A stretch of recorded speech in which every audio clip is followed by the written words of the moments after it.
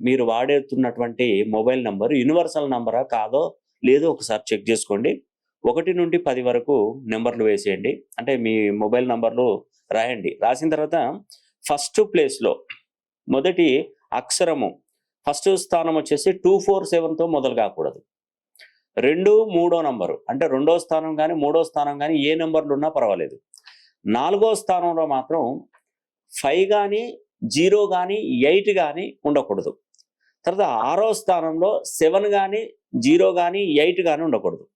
తర్వాత 7వ స్థానం మరియు 8వ స్థానం మీకు ఏ నంబర్ వచ్చినా పర్వాలేదు.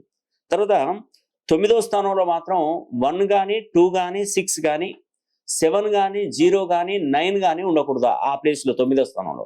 10వ స్థానంలో 1 గాని, 7 గాని, 0 గాని రాకూడదు. ఇవి మీ మొబైల్ నంబర్‌లో నేను చెప్పిన ప్లేస్‌లో గనక ఈ అక్షరాలు గనక రాలేకపోతే మీది యూనివర్సల్ నంబరే. ఆ యూనివర్సల్ నంబర్ గనక మీ చేతిలో ఉన్నప్పుడు మీ పేరు 270 డిగ్రీస్‌లో కాలిక్యులేషన్ చేసుకొని పెట్టుకోండి.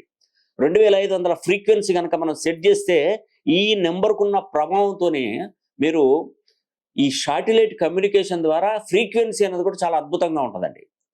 ఇది అక్షరాల నిజము. ఎవరైనా యూనివర్సల్ నంబర్ ఉంటే ఒకసారి మీరు మీ పేరులో బలాన్ని పెంచుకొని చూడండి.